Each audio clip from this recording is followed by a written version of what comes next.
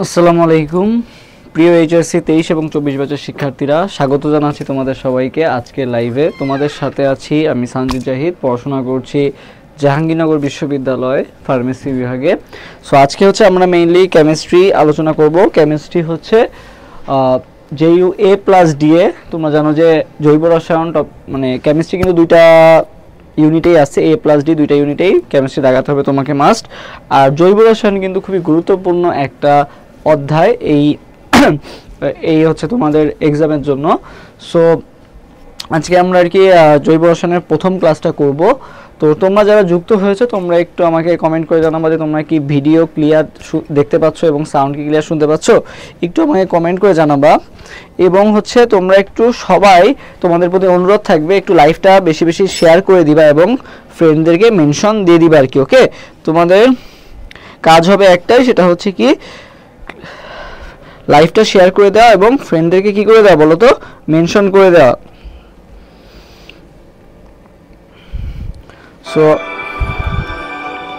So আমরা খুব শীঘ্রই ক্লাসটা শুরু করব। তোমরা একটু দ্রুত মেনশন করে ফেলো এবং ফ্রেন্ডদেরকে শেয়ার করে ফ্রেন্ডদের সাথে শেয়ার করে দাও এবং নিজের টাইমলাইনেও ভিডিওটা শেয়ার করে রাখো আর কি। ওকে, যাতে পরবর্তীতে তোমরা খুব সহজেই ভিডিওটা খুঁজে পাও আর কি।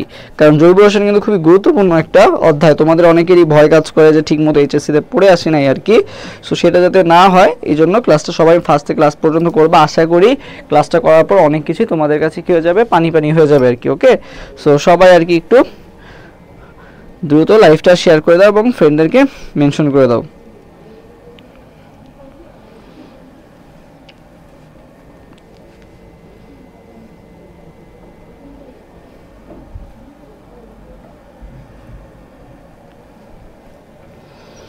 আর অ্যাডমিশন রিলেটেড কারো কোনো কোশ্চেন থাকলে আমাদেরকে জানাতে পারো কমেন্টে, ইনশাল্লাহ উত্তর দেওয়ার চেষ্টা করবো আর কি।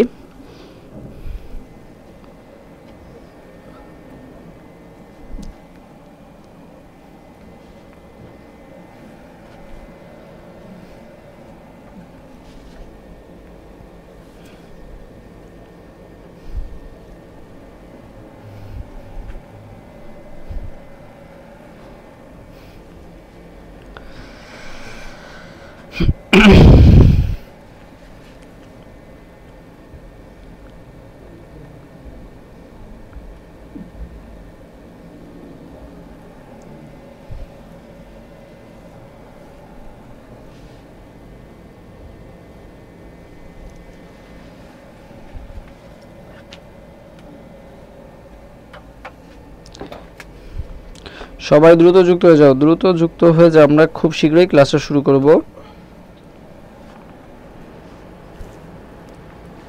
আমি একটু মেনশন দিচ্ছি, অলরেডি শেষ মেনশন দেওয়া।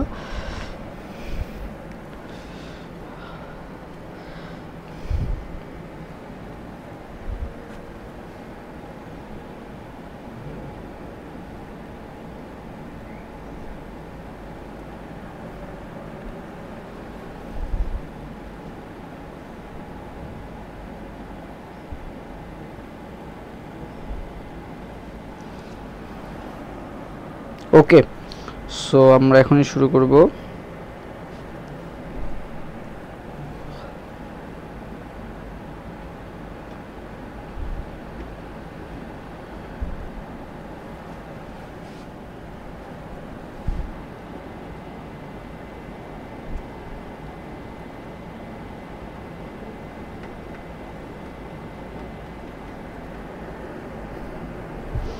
ওকে, সো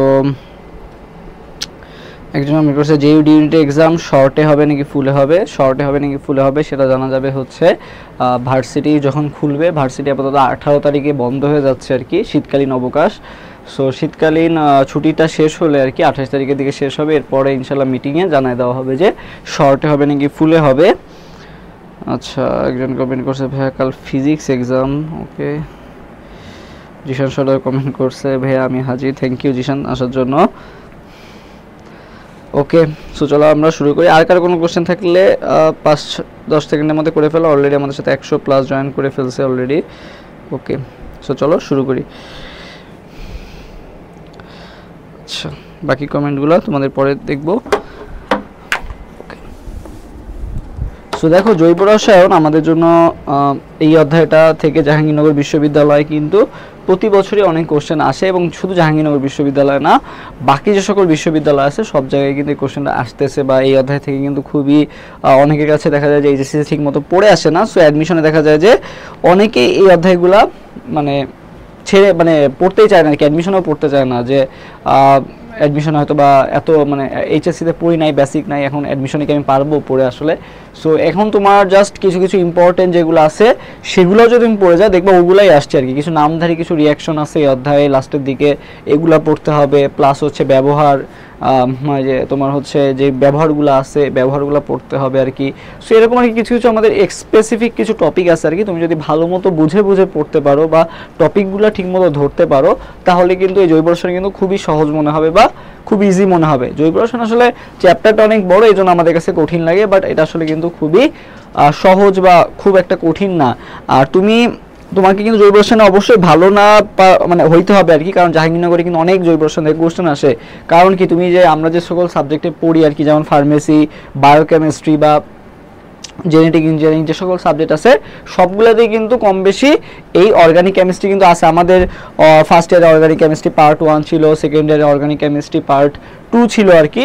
সো অর্গানিক কেমিস্ট্রি কিন্তু তোমাকে যে খালি এইচএসসিতে লাগে এমনটা কিন্তু না, তুমি অনার্সে উঠলেও কিন্তু তোমার অর্গানিক কেমিস্ট্রি লাগতেছে আর কি। ওকে, সো স্কিপ করার কোনো সুযোগ নাই, অর্গানিক কেমিস্ট্রি ভালো মতো পড়ো, এই যে তুমি হচ্ছে অ্যাডমিশনেও হেল্প পাবা এবং পরবর্তী লাইফে অনেক হেল্প পাবা আর কি। ওকে, আচ্ছা ভাইয়া জেইউ ডি ইউনিটে চান্স পাওয়া যাবে? হ্যাঁ, জেইউ ডি ইউনিটে চান্স পাওয়াটা অনেক জরুরি, তবে এটা যে না পেলে তোমার লাইফ ইয়া হয়ে যাবে এমনটাও না। সো ভালো মতো প্যারা নাই, ইনশাল্লাহ ভালো মতো পড়ো, ইনশাল্লাহ হয়ে যাবে আর কি। আমাদের গাইডলাইন্সগুলো ফলো করো, আমাদের পেজে আমরা খুব শীঘ্রই আমাদের কিন্তু কোর্স লঞ্চ হবে, 20 তারিখের আগে ইনশাল্লাহ লঞ্চ হয়ে যাবে। সো তোমরা এদিক ওদিক ছোটাছুটি না করে মনোযোগ সহকারে ক্লাসটা করতে বসো, ইনশাল্লাহ আজকে এখান থেকে তোমরা 2 থেকে 3 মার্কস হলো ইনশাল্লাহ কমন পাবা অ্যাডমিশনে। ওকে, সো জিনিসটা ভালো মতো করো আর কি। ক্লাসটা কতক্ষণ হতে পারে? অর্গানিক আরও 2টা ক্লাস নেওয়া হবে, মিনিমাম 2টা ক্লাস আরও নেওয়া হবে আর কি। সো আমরা আপাতত এই ক্লাসটা তোমরা করো মনোযোগ দিয়ে, পরে আমরা জানাই দিব যে আরও কি কি ক্লাস নেওয়া হবে আর কি। ওকে, আমাদের কোর্সের ডিটেইলসে বলে দেওয়া হবে যে অর্গানিক ক্লাসে বাকিগুলা কি কি পড়ানো হবে বা কি করানো হবে, সব কিছুই কোর্সে তোমরা জানতে পারবে আর কি। ওকে ওকে, সো চলো শুরু করি আমরা। দেখো জৈব রসায়ন, ঠিক আছে, তো জৈব রসায়ন সম্পর্কে আমাদের ফার্স্টে যেটা জানতে হবে যে জৈব রসায়নের কিছু মতবাদ ছিল আর কি। ওকে, সো জৈব রসায়নের একটা মতবাদ ছিল হচ্ছে প্রাণ শক্তি মতবাদ। কি নাম বলো তো? প্রাণ শক্তি মতবাদ। এই প্রাণ শক্তি মতবাদটা কে দিছে, এটা আমাদের কোশ্চেনে আসবে যে প্রাণ শক্তি মতবাদটা কে দিছে। সো এই প্রাণ শক্তি মতবাদটা দিছে হচ্ছে আমাদের জানতে হবে কে, বার্জেলিয়াস। ওকে, বার্জেলিয়াস কি দিছে? প্রাণ শক্তি মতবাদ দিছে। আর একটা বিজ্ঞানীর নাম আছে জৈব রসায়নের জনক যদি বলে কাকে, যদি বলে প্রাণ শক্তি মতবাদ কে দিছে তাইলে বলবা হচ্ছে বার্জেলিয়াস। আর যদি বলে যে জৈব রসায়নের জনক কাকে বলা হয় তাহলে বলবা ফ্রেডেরিক ওহলার। এখন কেন ফ্রেডেরিক ওহলারকে জৈব রসায়নের জনক বলা হয়? কারণ কি সে কি করছিল, ফ্রেডেরিক ওহলার হচ্ছে এই যে বার্জেলিয়াস যিনি ছিলেন তাকে কি করছিল, ভুল প্রমাণিত করছিল। কি করছিল? ভুল প্রমাণিত করছিল। মানে বার্জেলিয়াস বলছিল যে প্রাণ শক্তি যেহেতু জৈব রসায়ন মানে জীব কথাটা আছে, তাহলে প্রাণীদের থেকে আমরা মাত্র জৈব যৌগগুলো পাবো আর কি। বাট এইটাকে ভুল প্রমাণ করছিল কে? ফ্রেডেরিক ওহলার। কে? ফ্রেডেরিক ওহলার বা ভোলারও বলা হয়। সো আমাদের 2টা জিনিস ইম্পর্টেন্ট এখান থেকে জানতে হবে। একটা হচ্ছে যদি বলে প্রাণ শক্তি মতবাদ কে দিছে তাহলে বলবা বার্জেলিয়াস, যদি বলে জৈব রসায়নের জনক কাকে বলা হয় তাহলে কাকে বলবা, ফ্রেডেরিক ওহলারকে। এখন এটা যদি কারো তাও যদি কনফিউশন হয়ে যায় তাহলে এটা মনে রাখবা, এই যে বাজার, ঠিক আছে, আমরা যখন বাজারে যাই, বাজারে গেলে কি মনে হয় বলো তো? এই যে এখানে একটা অনেক কিছু মানে অনেক শব্দ হয় না, অনেক ইয়া হয় না, যে মানে হট্টগোল বেঁধে থাকে আর কি বাজারে, তাই না? সো এখানে কিন্তু তুমি দূরে থেকেও বুঝতে পারবা যে এখানে একটা বাজার হচ্ছে, যে এত হট্টগোল চলতেছে, মানে ওখানে অবশ্যই কি আছে, মানুষজন আছে, মানে প্রাণ শক্তি আছে আর কি। ঠিক আছে, তো মনে রাখবা বাজারে কি থাকে বলো তো? প্রাণ শক্তি থাকে। এই জন্য প্রাণ শক্তি মতবাদটা কে দিছে? বার্জেলিয়াস দিছে। ঠিক আছে, বাজারে কি থাকে? প্রাণ শক্তি, মানে মানুষজন থাকে বা ওখানে হট্টগোল বোঝা যায়, এই জন্য বার্জেলিয়াস কি দিছে? প্রাণ শক্তি মতবাদ। আর জনক কাকে বলা হয়? ভোলারকে বলা হয় কি? জৈব রসায়নের জনক। ঠিক আছে, ওকে, তো তো সবাই আমাকে একটু কমেন্ট করে জানাওতে যে জনক কাকে বলা হয়, জৈব রসায়নের জনক কাকে বলা হয়, ফ্রেডেরিক ওহলারকে বলা হয় নাকি হচ্ছে তোমার ইয়াকে বলা হয়, বার্জেলিয়াসকে বলা হয়? একটু কমেন্ট করে জানাও তো যে বার্জেলিয়াসকে বলা হয় নাকি ফ্রেডেরিক ওহলারকে বলা হয়। হ্যাঁ, বাজারে থেকে প্রাণ শক্তি, মোহর সুলতানা কমেন্ট করে ফেলছে, থ্যাংক ইউ। সো আমাকে জানাও তো দেখি।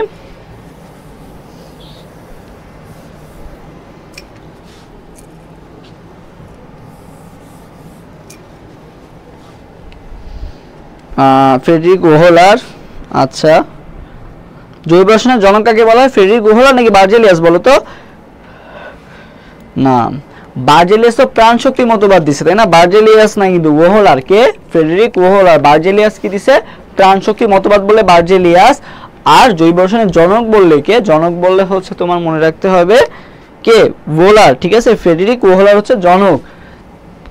আচ্ছা, সো আমাদের যে আমরা যে কৃত্রিম ভাবে যে তৈরি করতে পারি জৈব যৌগ, সেটা কোনটাতে আমরা তৈরি করছিলাম বলতো? ফার্স্ট কোন জৈব যৌগটা আমরা তৈরি করছিলাম ল্যাবরেটরিতে? মনে রাখো সর্বপ্রথম পরীক্ষাগারে এটা আসে সংশ্লেষিত জৈব যৌগের নাম কি? বলবা ইউরিয়া।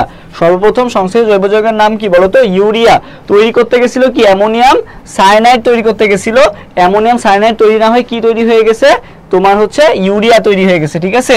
ইউরিয়া তৈরি হয়ে গেছে। সো ইউরিয়া তৈরি করে মানে ইউরিয়া তৈরি করছে মানে কি তৈরি করছে? জৈব যৌগ তৈরি করছে। কোথায় তৈরি করছে? ল্যাবরেটরি তৈরি করছে। সো ল্যাবরেটরিতে যে আমাদের জৈব যৌগ তৈরি করা সম্ভব সেটা আমাদের মানে প্রমাণ হয়েছিল কিসের মাধ্যমে? ইউরিয়া তৈরির মাধ্যমে। কি তৈরির মাধ্যমে? ইউরিয়া তৈরির মাধ্যমে। সবাই একটু কমেন্ট করো তো যে ইউরিয়া, একটু আমার সাথে সাথে সবাই কমেন্ট করে ফেলো, তাইলে মনে থাকবে আর কি কি করছিল? ইউরিয়া। ওকে, ইউরিয়া কমেন্ট করে ফেলো। এখন দেখো আমাদের জৈব যৌগের যে শ্রেণী বিভাগটা আছে, শ্রেণী বিভাগটা আমাদের জানতে হবে যে জৈব যৌগকে আসলে কিভাবে ভাগ করা যায়। ওকে, ইউরিয়া কমেন্ট করতে বলছিলাম। রাব্বি কমেন্ট করছে, সাবা কমেন্ট করছে, আশা মনি, আহসান হাবিব, ফারুক কমেন্ট করছে, জেবা, জান্নাত, কুমার, ঋত্বিক কুমার, জিশান সর্দার, ওকে, মাসকাত মাইশা, মহুয়া সুলতানা, থ্যাংক ইউ যারা ইউরিয়া কমেন্ট করছো। বাকিরাও যারা কমেন্ট করো নাই তারাও দ্রুত কমেন্ট করে ফেলো আর কি। আমি একটু দেখি তো কয়জন শেয়ার করছো আর কি। 14 জন শেয়ার করছে, বাকিরা কিন্তু এখনো শেয়ার করো নাই, বাকিরাও শেয়ার করে দাও। ওকে, সো যারা শেয়ার করতেছো না শেয়ার করা উচিত, তোমরা শেয়ার না করলে কিন্তু হবে না আর কি, ঠিক আছে? তোমাদের শেয়ার করো, দ্রুত শেয়ার করে ফেলো। যারা শেয়ার করছো তারা একটু দেখি যে ডান কমেন্ট করো, দেখি তাদের দেখতে চাই আর কি কারা কারা শেয়ার করছো। একটু কমেন্ট করো যে হ্যাঁ ভাই শেয়ার করছি, ডান, তাদের নামগুলো পড়বো আর কি, কে কে শেয়ার করছো। ওকে, সো এরপর দেখো জৈব যৌগ। জৈব যৌগকে আমরা দুইটা ভাগে ভাগ করতে পারি। একটা কি বলতো? অ্যালিফেটিক, আর একটা কি বলতো? অ্যারোমেটিক। একটা হচ্ছে অ্যালিফেটিক আর একটা কি? অ্যারোমেটিক। একটা হচ্ছে অ্যালিফেটিক আর একটা কি? অ্যারোমেটিক। সো অ্যালিফেটিককে আবার কিভাবে ভাগ করা যায়? একটা হচ্ছে মুক্ত শিকল আর একটা কি বলতো? বদ্ধ শিকল। এখন মুক্ত শিকলটা কি আর বদ্ধ শিকলটা কি, ঠিক আছে? মুক্ত শিকলটা কি আর কি বদ্ধ শিকলটা কি? সো মুক্ত শিকলটা মনে রাখবা হচ্ছে যে যাদের মনে করে এরকম ভাবে এই যে চেন শুরু হয়েছে কার্বন কার্বন কার্বন কার্বন, মানে এটা কি একটা মুক্ত ভাবে যাচ্ছে, ঠিক আছে? এটা হচ্ছে মুক্ত শিকল। আর বদ্ধ শিকল মানে হচ্ছে একটার সাথে আরেকটা কি থাকবে বলতো? কানেক্টেড থাকবে, মানে তিনটার সাথে তিনটাই কি একেভাবে একটা চক্রের মধ্যে আছে আর কি। এটাকে কি বলা হয়? বদ্ধ শিকল আর কি, ঠিক আছে?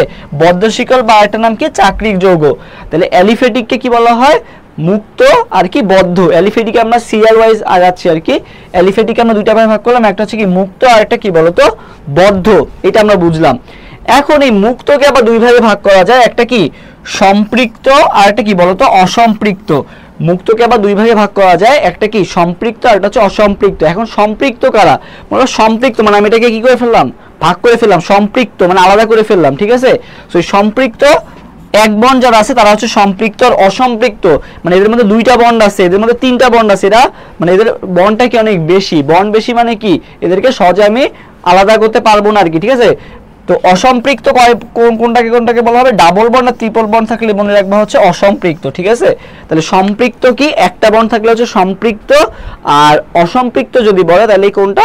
ডাবল বন্ড আর ট্রিপল বন্ড, ঠিক আছে? ডাবল বন্ড আর ট্রিপল বন্ড থাকলে কি হবে? অসম্পৃক্ত হবে আর কি। ওকে, আচ্ছা শেয়ার ডান কমেন্ট করছে কে কে? স্বাধীন কমেন্ট করছে শেয়ার ডান। ওকে, স্বপন কমেন্ট করছে ডান, রাব্বিও কমেন্ট করছে ডান, থ্যাংক ইউ। আচ্ছা, তো যেটা বলতেছিলাম সেটা হচ্ছে যে তো তাহলে তোমরা বলো যে ডাবল বন্ড যেটা আছে, ডাবল বন্ড কি সম্পৃক্ত হবে নাকি অসম্পৃক্ত হবে বলো তো? সম্পৃক্ত নাকি অসম্পৃক্ত ডাবল বন্ড যদি থাকে, তো সম্পৃক্তটা এভাবে মনে রাখবা যে আমরা আলাদা করে দিচ্ছি, ঠিক আছে? সম্পৃক্ত মানে কি আলাদা করে দিচ্ছি, ঠিক আছে? সো একটা বন্ড যারা আছে তারা খুব সহজে আলাদা করা যায়, বাট 2 আর 3 যখন চলে আসবে, মানে দুইটা বন্ড আছে তিনটা বন্ড আছে, আমরা খুব সহজে আলাদা করতে পারবো না আর কি। তাহলে ডাবল বন্ড আর ট্রিপল বন্ড হবে কি অসম্পৃক্ত, আর হচ্ছে সিঙ্গেল বন্ড হবে কি সম্পৃক্ত, ঠিক আছে? সিঙ্গেল বন্ড কি হবে সম্পৃক্ত আর কি। হ্যাঁ, ডাবল বন্ড কি হবে তাহলে অসম্পৃক্ত হবে। ঋত্বিক কুমার কমেন্ট করছে, স্বাধীন কমেন্ট করছে, আসানা বিও কমেন্ট করছে অসম্পৃক্ত হবে আর কি, ঠিক আছে? সো এইটা হচ্ছে আমাদের মুক্ত শিকলে টার্মটা ছিল হচ্ছে সম্পৃক্ত এবং অসম্পৃক্তের বিষয় দিয়ে। এখন আসি হচ্ছে আমরা বদ্ধ শিকলে আসি। সো মুক্ত শিকল তো আমরা বুঝলাম যে সম্পৃক্ত নাহলে অসম্পৃক্ত হবে। এখন বদ্ধ শিকল যেটা আছে, বদ্ধ শিকলকে আবার দুই ভাগে ভাগ করা যায়। একটা আছে কি সুষম, আর একটা কি আছে বলতো বিষম, মানে হেটারো, ঠিক আছে? একটা আছে সুষম চাকরিক যৌগ, আর একটা কি বিষম চাকরিক যৌগ। এখন যেহেতু এটা কি বদ্ধ শিকল না, তার মানে এখানে চক্র কনফার্ম হবে। বদ্ধ শিকল মানে কি চক্র কনফার্ম হবে। এখন এই চক্রটা দুই ভাবে হইতে পারে। যদি সবগুলাই কার্বন থাকে তাহলে কি হবে সুষম, আর যদি কার্বন আর হাইড্রোজেন বাদে যদি অন্য কোনো মৌল থাকে তাইলে কি হবে বিষম হবে আর কি, ঠিক আছে? জিনিসটা এইটাই যে চক্র কথাটা যেহেতু আছে, দুইটাই কি হবে সুষম বলুক আর বিষম বলুক দুইটাই কি হবে চক্র মাস থাকবে, ঠিক আছে? মানে বদ্ধ হবে মাস্ট। ওকে, এখন হচ্ছে আমাদের টার্ম দুইটা আছে, একটা আছে সুষম আর একটা কি আছে বিষম। যদি বলে সুষম তাহলে কি কার্বন আর হাইড্রোজেন বাদে আর কেউ থাকবে না, আর যখন বিষম কথাটা আসবে তাহলে কি আসবে বিষম মানে কি আসবে অন্য একটা কিছু আসবে, কার্বন আর হাইড্রোজেন মধ্যে অক্সিজেন আসবে বা নাইট্রোজেন আসবে বা অন্য কিছু একটা আসবে আর কি, ঠিক আছে? আর চক্র যেহেতু কথাটা আছে তার মানে কি হবে না বদ্ধ হবে আর কি, ঠিক আছে? সো এই এক্সাম্পলগুলো আমরা আসবো, তার আগে আমরা জিনিসগুলো বুঝলাম। এখন আসি হচ্ছে আমরা অ্যারোমেটিক। এখন আসবো আমরা কিসে অ্যারোমেটিক যৌগ। সো অ্যারোমেটিক যৌগ তো আমরা জানি যে কি করে হাকেল নীতি যারা ফলো করে তাদেরকে আমরা কি বলি অ্যারোমেটিক যৌগ বলি, ঠিক আছে? হাকেল নীতি মানে 4n+2 যারা ফলো করে আর কি রুলসটা। এখন এই অ্যারোমেটিককে আমরা দুই ভাগে ভাগ করতে পারি, একটা কি সুষম অ্যারোমেটিক আর একটা কি বলতো বিষম অ্যারোমেটিক। সো এটাও সেম একই কাহিনী, এখানেও কি হবে তোমার হচ্ছে কার্বন আর হাইড্রোজেন যদি থাকে তাহলে হবে সুষম, আর যদি কার্বন হাইড্রোজেন বাদে অন্য কিছু থাকে তাহলে সেটা কি হবে বিষম বা হেটারো আর কি, ঠিক আছে? এই জিনিসটা ওকে। সো এখন আমাদের লাগবে এগুলো পরীক্ষায় আসবে না, পরীক্ষায় যেগুলো আসবে সেগুলো আসবে এক্সাম্পল, ঠিক আছে? তো তুমি যদি জিনিসটা নাই বোঝো তাহলে এক্সাম্পলও মনে রাখতে পারবা না আর কি। সো এক্সাম্পলগুলো আমাদের জানতে হবে। তো দেখো আমাদের এখানে আমরা জানি যে সম্পৃক্ত মানে কি মানে একটা বন্ড যাদের আছে, একটা বন্ড মানে কি অ্যালকেন গুলা, তাহলে এই যে ইথেন, ইথেন কি হবে সম্পৃক্ত হবে। অসম্পৃক্ত মানে কি ডাবল আর ট্রিপল বন্ড, এই যে ডাবল বন্ড আর ট্রিপল বন্ড যদি থাকে তাহলে কি হবে অসম্পৃক্ত হবে, ঠিক আছে? এটা আর পেঁচানোর কিছু নাই, সহজ জিনিস। এরপর আসি বদ্ধ শিকল। এখন বদ্ধ শিকলের মধ্যে দুইটা ভাগ আমরা পড়ছি, হয় হচ্ছে কি সব কার্বন হাইড্রোজেন থাকবে, না হয় কার্বন হাইড্রোজেন বাদে অন্য কিছু থাকবে আর কি, তাই তো? সো কার্বন হাইড্রোজেন দিয়ে যদি থাকে, এই যেহেতু এটাকে একটা চক্র মানে একটা সাইকেল, এই জন্য সাইক্লো কথাটা আসবে। কি কথাটা আসবে সাইক্লো। এরপরে দেখবা যে তুমি কার্বন কয়টা আছে, কার্বন কয়টা আছে একটা দুইটা তিনটা, যেহেতু তিনটা কার্বন আছে তাহলে কি হবে প্রোপেন হবে, তার মানে নাম কি হবে সাইক্লোপ্রোপেন, ঠিক আছে? সাইক্লোপ্রোপেন। আর এইখানে দেখো কয়টা কার্বন আছে দুইটা কার্বন আছে, আর একটা কি আছে অক্সাইড আছে, তার মানে এটার নাম কি হবে ইথিলিন অক্সাইড। তার মানে ইথিলিন অক্সাইড তোমার কিসের এক্সাম্পল হবে? ইথিলিন অক্সাইড হচ্ছে তোমার বিষম চাকরিক অ্যালিফেটিক নাকি অ্যারোমেটিক বলো তো? বিষম চাকরিক অ্যালিফেটিক, ঠিক আছে? বিষম চাকরিক কি বা হেটারো অ্যারোমেটিক, ঠিক আছে? হেটারো সাইক্লিক অ্যারোমেটিক, ঠিক আছে? হেটারো সাইক্লিক কি অ্যালিফেটিক, হেটারো সাইক্লিক কি বলো তো অ্যালিফেটিক। হেটারো সাইক্লিক অ্যালিফেটিক যেটা আছে hetero cyclic aliphatic. Hetero cyclic কেন? কারণ হচ্ছে এখানে সাইকেল আছে অবশ্যই এবং অন্য যৌগ থাকে, এটা কি হবে হেটারো সাইক্লিক। আর যেহেতু এটা হাকেল নিয়ম ফলো করে না তার মানে কি হবে এটা অ্যালিসাইক্লিক হবে। এখন আসি আমরা বেনজিনের ক্ষেত্রে। বেনজিনে কি সব কার্বন হাইড্রোজেন আছে, তো এটা বুঝাই যাচ্ছে যে, আর এটা যেহেতু হাকেল নিয়ম ফলো করে তাহলে এটা হচ্ছে কি হবে অ্যারোমেটিক হবে, মানে সুষম অ্যারোমেটিক হবে বা সুষম চাকরিক হবে আর কি। আর যদি বলে বিষম চাকরিক বা হেটারো অ্যারোমেটিকের এক্সাম্পল কি হেটারো কথাটা আছে, তার মানে অবশ্যই কে থাকবে নাইট্রোজেন বা অন্য কোনো মৌল থাকবে, আর অ্যারোমেটিক হওয়ার কারণে কি হবে বেনজিনিং থাকবে আর কি, একটা মানে 4n+2 যে রুলসটা ফলো করে ওখানে n এর মানটা কি একটা চক্রের মান, ঠিক আছে? সো এখানে যেহেতু একটা সুষম মানে একটা চক্র আছে, যেহেতু একটা n মানে কি 1, ঠিক আছে? n এর মান যদি আমি 4n+2 এই রুলটা ফলো করি, n এর মান 1 মানে কি বুঝায়? n এর মান 1 মানে বুঝায় হচ্ছে যে একটা কি আছে এরকম একটা বেনজিন রিং আছে আর কি। n এর মান 2 হলে দুইটা বেনজিন রিং, ঠিক আছে? এটা হচ্ছে 4n+2 যে রুলসটা আছে। সো 4n+2 রুলস অবশ্যই ফলো করবে, পাশাপাশি এখানে কি থাকবে একটা নাইট্রোজেন থাকবে হেটারো হওয়ার কারণে আর কি, ঠিক আছে। সো এই জিনিসটা কি সবাই বুঝতে পারছো? এই যে ছকটা সেটা তোমাদের অবশ্যই লাগবে, এখান থেকে দেখবো অনেক কোশ্চেন আসছে, আমরা যখন কোশ্চেন সলভ করবো তখন আরো বিস্তারিত আলোচনা করবো। সো সবাই যদি বুঝে থাকো সবাই একটু কমেন্ট করবো যে হ্যাঁ ক্লিয়ার, তাহলে আমি সামনে আগাবো আর কি। সবাই একটু কমেন্ট করো যে ক্লিয়ার, যদি ক্লিয়ার হয়ে থাকে একটু কমেন্ট করো যে ক্লিয়ার।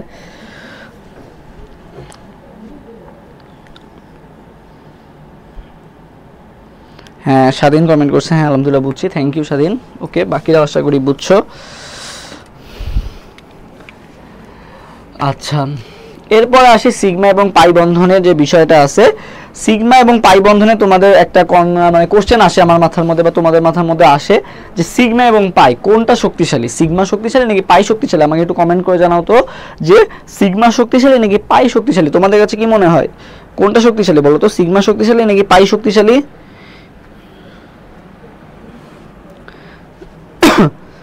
সিগমা শক্তিশালী নাকি পাই শক্তিশালী, আমাকে একটু কমেন্ট করে জানাও তো দেখি।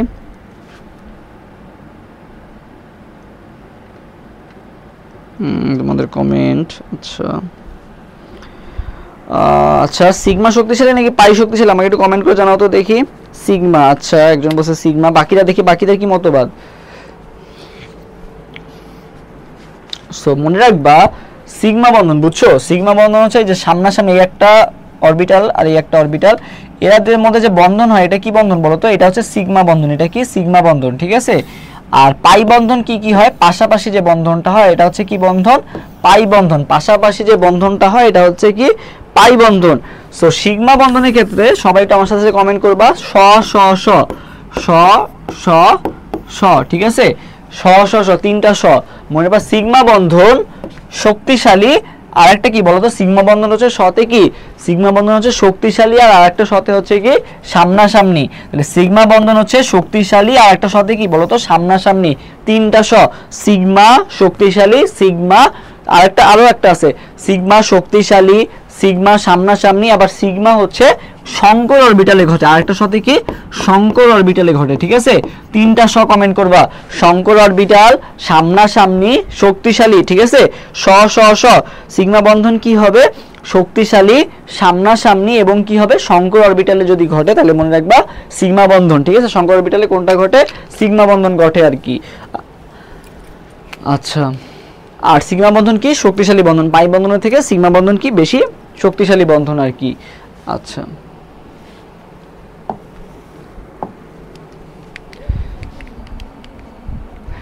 সো এরপরে আসি হচ্ছে আমরা, হ্যাঁ স স স কমেন্ট করতে বলছিলাম, থ্যাংক ইউ কমেন্ট করার জন্য।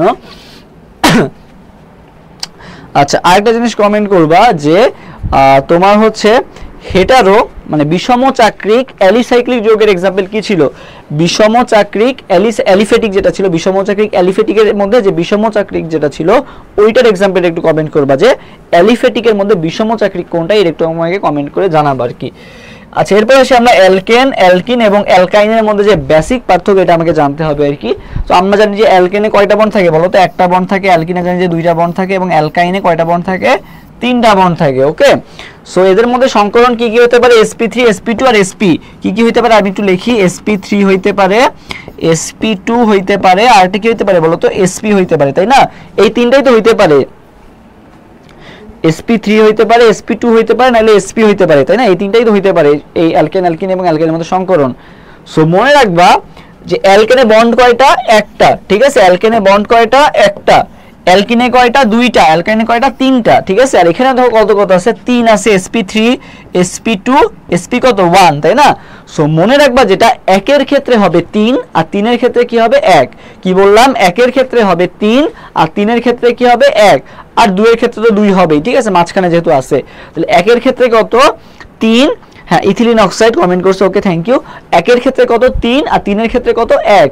ফর এক্সাম্পল যে এখানে অ্যালকেন আছে, অ্যালকেনে কয়টা বন্ড আছে 1, তাহলে একের ক্ষেত্রে কত হবে 3 হবে, তার মানে কোন সংকরণটা হবে sp3 হবে, কত হবে sp3 হবে। এখানে কয়টা বন্ড আছে, অ্যালকাইনে 3টা বন্ড আছে, অ্যালকাইনে কয়টা বন্ড থাকে, 3টা বন্ড থাকে, তাহলে এর ক্ষেত্রে কত হবে 3, তিনের ক্ষেত্রে কত হবে 1 হবে, তার মানে sp কত হবে 1 হবে, মানে sp1টা কি কার ক্ষেত্রে হবে, অ্যালকাইনের ক্ষেত্রে হবে। তো এখানে কি হবে তাহলে আমি যদি সিএল ওয়াইজ করি 1 2 3, তাহলে এর ক্ষেত্রে কি হবে 3 2 1। তো মাঝখানে 2 2 কিন্তু দুইটার ক্ষেত্রে কমন, যে 2 বন্ড মানে ডাবল বন্ড থাকলে সেটা কি হয়ে যাবে sp2 হয়ে যাবে, ঠিক আছে। আর 3 থাকলে, তিনটা বন্ড থাকলে কি হয়ে যাবে sp1, আর একটা বন্ড থাকলে কি হয়ে যাবে sp3। এটা কি সবাই বুঝতে পারছো?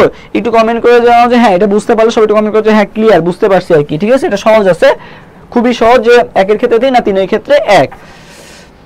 আচ্ছা, এরপরে আসি হচ্ছে আমরা যে একটা কোশ্চেন আসে যে এস এর পার্সেন্টেজ কত, মানে অ্যালকেনে সংকর মানে এস অরবিটালে কত পার্সেন্ট থাকে, এস অরবিটালে কত পার্সেন্ট থাকে, এটা কিভাবে বের করে? দেখো টোটাল এখানে কত আছে, এস 1 আর পি 3, টোটাল মিলে কত আছে বলো তো? 4 আছে, ঠিক আছে। কয়টা আছে? আচ্ছা এখানে দেখো কয়টা অরবিটাল আছে, এস 1 পি 3 মানে 4টা অরবিটাল আছে। sp2 তে এস 1 পি 2 মানে কয়টা অরবিটাল আছে? 3টা অরবিটাল আছে। আর sp তে কয়টা আছে? এস 1 পি 1 মানে কয়টা আছে? 2টা আছে আর কি। সো এটার ক্ষেত্রে তুমি পার্সেন্টেজ কিভাবে বের করবা? তুমি টোটালটাকে 100 দ্বারা ভাগ করবা। কত দ্বারা ভাগ করবা? 100 দ্বারা ভাগ করবা। মানে 100 কে এখন এখানে কত দ্বারা ভাগ করবা? 4 দ্বারা ভাগ করবা, যেহেতু 4টা হইছে। এখানে কত দ্বারা ভাগ করবা? 3 দ্বারা ভাগ করবা, ঠিক আছে। আর এখানে কত দ্বারা ভাগ করবা? 100 কে 2 দ্বারা ভাগ করবা, যেহেতু এখানে 2টা অরবিটাল হইছে। সো এগুলো ভাগ করার ফলে যেটা মানটা পাবা সেটাই কি হবে? এস এর পার্সেন্টেজ। কার পার্সেন্টেজ হবে? এস এর পার্সেন্টেজ। সো তুমি যদি এখানে যেহেতু sp3 তে তোমার হচ্ছে 4টা অরবিটাল আছে, তাহলে তুমি যদি 100 দিয়ে ভাগ করো তাহলে কত পাচ্ছ? 4 ভাগ 100 ভাগ 4 কত? 25। তাহলে মানে এস এর পার্সেন্টেজটা কত হবে? 25% হবে। এবার আসি অ্যালকিনের ক্ষেত্রে। অ্যালকিনের ক্ষেত্রে সংকলন কি? sp2, তার মানে এখানে s1 p2 মানে এখানে 3টা অরবিটাল আছে, তাই না? সো 100 দিয়ে যদি ভাগ করো তাহলে 100 কে যদি তুমি 3 দ্বারা ভাগ করো তাহলে কত আসে? 33.3 আসে। সো এটা কার পার্সেন্টেজ? এস এর পার্সেন্টেজ। দেখো 33.3%। ওকে, এরপরে আসি হচ্ছে আমরা অ্যালকাইন। অ্যালকাইনে কয়টা অরবিটাল আছে? 2টা, এস আর পি। এস পি, তাই না? অ্যালকাইনে তো sp, তাহলে কয়টা আছে? 2টা আছে। আমি 100 কে আমি কয় দ্বারা ভাগ করব? 2 দ্বারা ভাগ করব, মানে 50 পাবো। তাহলে এখানে এসও 50%, পিও 50% আর কি। বুঝতে পারছো? তাহলে যদি বুঝতে পেরে থাকো আমাকে একটু কমেন্ট করে জানাও তো তাহলে। হ্যাঁ 100 ভাগ যতগুলো অরবিটাল, বুঝতে পারছো আশা করি। থ্যাংক ইউ বোঝার জন্য। সো এটা আমরা বুঝলাম। এরপরে আসি হচ্ছে আমাদের বন্ধন দৈর্ঘ্য, ঠিক আছে। বন্ধন দৈর্ঘ্যটা খুবই খুবই ইম্পর্টেন্ট, এই কোশ্চেনটা আসে। তো বন্ধন দৈর্ঘ্য মনে রাখবা যেটা, সেটা হচ্ছে অ্যালকেনের বন্ধন দৈর্ঘ্য মনে রাখবা 154, ঠিক আছে। একবারে পড়বা অ্যালকেন অ্যালকিন অ্যালকাইন, ঠিক আছে। 154 134। তো দেখো ফার্স্টেটা কত? পয়েন্টের পর 154, তারপরটা কত বলো তো? 134। ফার্স্টেটা কত? আমার সাথে একটু কমেন্ট করে ফেলো। 154 134। সো 154 আর 134 এর মধ্যে ডিফারেন্স কত বলো তো? 20। কত? 20। তার মানে পরেরটা হবে কত? 120। কত হবে? 120, ঠিক আছে। তাহলে কত? 154। পরের গুলা কি 3 2 1 দ্বারা গুণ? এটা বুঝি নাই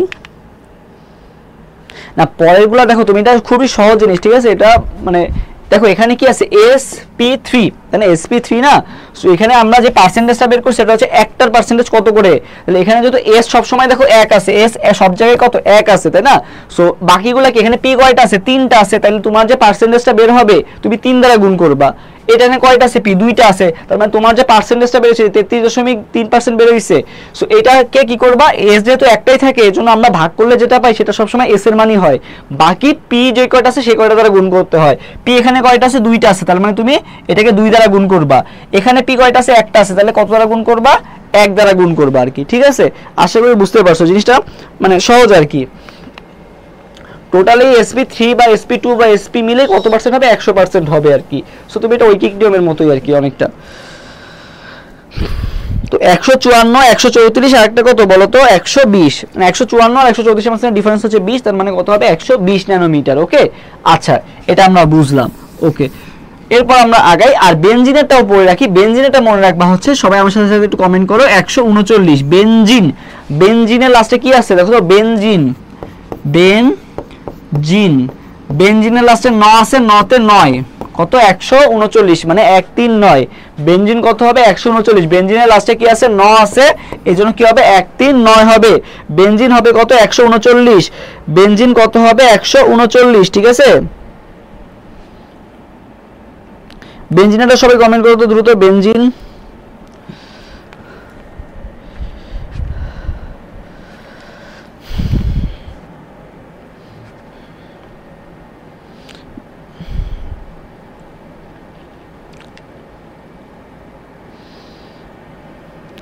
আচ্ছা কোনটা আরেকবার বুঝাবো একটু আমাকে কমেন্ট করে জানাও যে এইটা আরেকবার বুঝান। আর যদি কারো যদি কোনো কিছু না মানে তুমি একটু আরেকবার একটু প্রিভিয়াসটা করে নিবা, যদি তাও যদি কারো মনে করো যে কনফিউশন থাকে আজকের ক্লাস নিয়ে বা কোনো কোশ্চেন থাকে, তোমাদের জন্য এই গ্রুপটা খোলা হয়েছে, এই গ্রুপটাতে সবাই জয়েন হয়ে যাবে আর কি, ঠিক আছে? এই যে এই গ্রুপটা,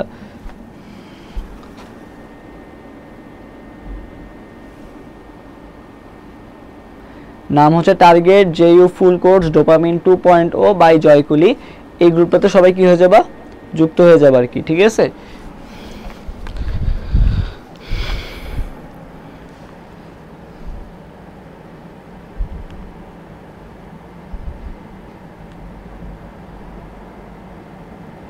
ওকে আচ্ছা, বেনজিন কত 0.139 ন্যানোমিটার আর কি। ওকে শেষ, এটুকু আমরা বুঝলাম। আচ্ছা এবার আসি, এটা হচ্ছে কার্বন কার্বন বন্ধন ছিল আর কি। এখন আসি হচ্ছে আমরা কার্বন হাইড্রোজেন বন্ধন, ঠিক আছে? কার্বন হাইড্রোজেন বন্ধন, ঠিক আছে? কার্বন হাইড্রোজেন বন্ধন। সো কার্বন হাইড্রোজেনের বন্ধনের ক্ষেত্রে মনে রাখবা কত কত হবে বলো তো?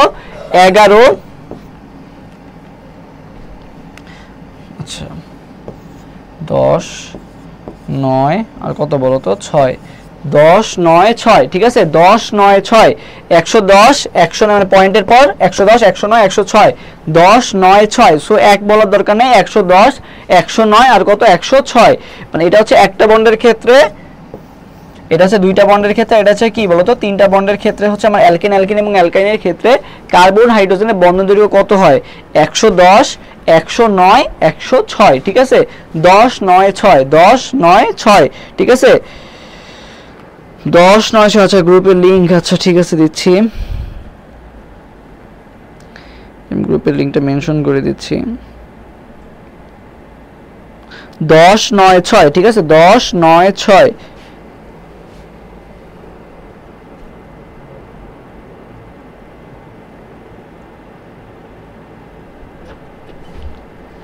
ওকে আচ্ছা এরপরে আসি হচ্ছে আমরা বন্ধন কোণের ক্ষেত্রে কি আসতেছি? বন্ধন কোণ, ঠিক আছে? বন্ধন কোণ, বন্ধন কোণের ক্ষেত্রে দেখো অ্যালকেন অ্যালকিন এবং অ্যালকাইন আছে। সো এটা বন্ধন কোণ বের করে রাখা মানে বের করা খুবই সহজ। sp তে কয়টা মানে অ্যালকাইনে sp, এখানে sp2, এখানে কত? sp3। সো sp মানে এখানে কয়টা অরবিটাল আছে? দুইটা। sp2 মানে কয়টা আছে? তিনটা। আর sp3 মানে কত আছে বলো তো? চারটা আছে আর কি। সো এটাকে কি করে দিবা? 360 দিয়ে ভাগ করে দিবা। কি দিয়ে ভাগ করে দিবা? 360 দিয়ে। সো এখানে দেখো অ্যালকাইনে যেহেতু মানে দুইটা হইছে, দুইটা অরবিটাল আছে, তাহলে 360 দিয়ে ভাগ করে দিব। তাহলে 360 ভাগ 2 কত? 180 ডিগ্রি, 180 ডিগ্রি। এরপর আসি অ্যালকিনে, অ্যালকিনে আমার সংকলনটা কি? sp2 মানে কয়টা? s1 p2 মানে তিনটা। তাহলে 360 ভাগ 3 কত হয়? 120 ডিগ্রি হবে, ঠিক আছে? এরপর আসি হচ্ছে অ্যালকেনে, অ্যালকেনে আমরা জানি কি সংকলন? sp3 মানে s1 আর p3 মানে কয়টা আছে? টোটাল 4টা আছে। তাহলে 360 ভাগ 4, 360 ভাগ 4 কত আসে বলো তো? 90 আসে। কত আসে? 90 আসে। সো 90 কে একটু উল্টা করে দিবা, 90 রে উল্টা করে দিলে কি আসে বলো তো? 09 আসে। এই জন্য 109 ডিগ্রি হবে। কি হবে? 109 ডিগ্রি হবে, ঠিক আছে? মাথায় রাখবা এই জিনিসটা, এভাবে কোণগুলো মনে রাখবা। এরপর আসি হচ্ছে আকৃতির ক্ষেত্রে। সো এখানে যেহেতু কোণ 180 ডিগ্রি, 180 ডিগ্রি হয় আমরা জানি যে সরলরৈখিকের ক্ষেত্রে কোণ হয় 180 ডিগ্রি, এবং 120 ডিগ্রি হয় কার ক্ষেত্রে? সমতলীয় ত্রিকোণাকার হলে হয় 120 ডিগ্রি। আর 109.5 ডিগ্রি হচ্ছে কি? চতুস্তলকীয়। বা এভাবেও তোমরা মনে রাখতে পারো যে এখানে এখানে কয়টা অরবিটাল? দুইটা। এখানে কয়টা ছিল? তিনটা। এখানে কয়টা ছিল? চারটা ছিল আর কি। সো আমরা জানি যে দুইটা মানে সরলরেখা আঁকতে কয়টা বিন্দু লাগে বলো তো? দুইটা বিন্দু লাগে। সরলরেখা আঁকতে কয়টা বিন্দু লাগে? দুইটা বিন্দু লাগে। এখানে তিনটা মানে কি? তিনটাতে আমরা কি আঁকতে পারি বলো তো? ত্রিকোণাকার একটা জিনিস আঁকতে পারি, ঠিক আছে? তিনটা দিয়ে কি আঁকতে পারি? ত্রিকোণাকার জিনিস আঁকতে পারি। এখানে কত? 4, 4 দিয়ে মানে কি? আমরা চতুস্তলকীয় জিনিস আঁকতে পারি, ঠিক আছে? 4 দিয়ে কি? চতুস্তলকীয়। এভাবে মনে রাখবা আর কি, ওকে? আচ্ছা সো আশা করি এই ছকটা পুরোপুরি ক্লিয়ার। এই ছক থেকে দেখবা অনেক কোশ্চেন আসে আর কি। এখানে সব বন্ধন দৈর্ঘ্যগুলো আবার দেওয়া আছে যে বেনজিন 0.139 আর কি। সো সবাই আমাকে একটু কোশ্চেন কিছু কোশ্চেনের অ্যানসার দাও। সেটা হচ্ছে ফার্স্ট যে কোশ্চেনটা অ্যানসার দিবা সেটা হচ্ছে যে আমাদের অ্যালকিনে তোমার আকৃতিটা কেমন হবে? অ্যালকিনের আকৃতিটা কেমন হবে? অ্যালকিনের আকৃতিটা কেমন হবে একটু আমাকে কমেন্ট করে জানাবা। যে সরলরৈখিক হবে, ত্রিকোণাকার হবে, নাকি চতুস্তলকীয় হবে? একটু কমেন্ট করে জানাও তো যে অ্যালকিনের আকৃতিটা কেমন হবে। একটু কমেন্ট করে জানাও তো আমাকে। অ্যালকিনের আকৃতিটা কেমন হবে একটু আমাকে কমেন্ট করে জানাও।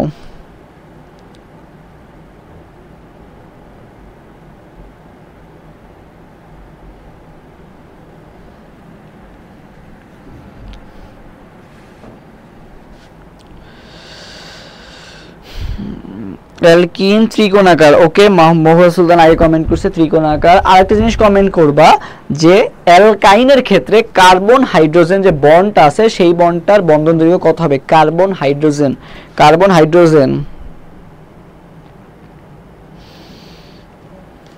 সবই নেওয়া হবে আস্তে আস্তে।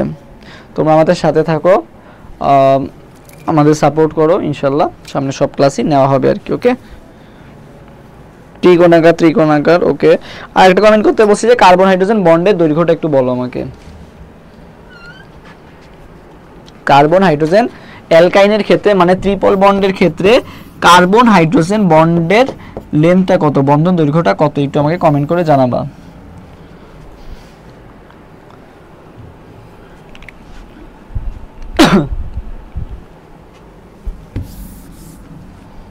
হুম, 106, এই যে 106।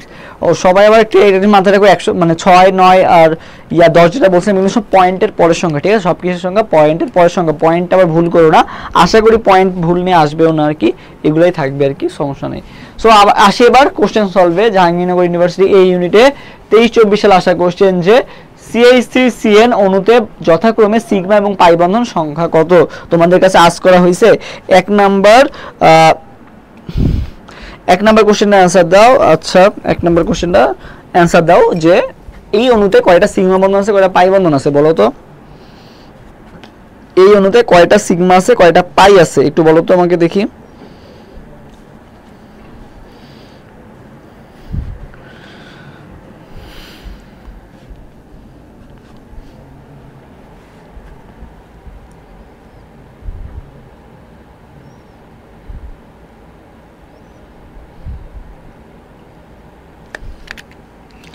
ওয়ান এ। আচ্ছা, বাকিরা দেখি জানাও।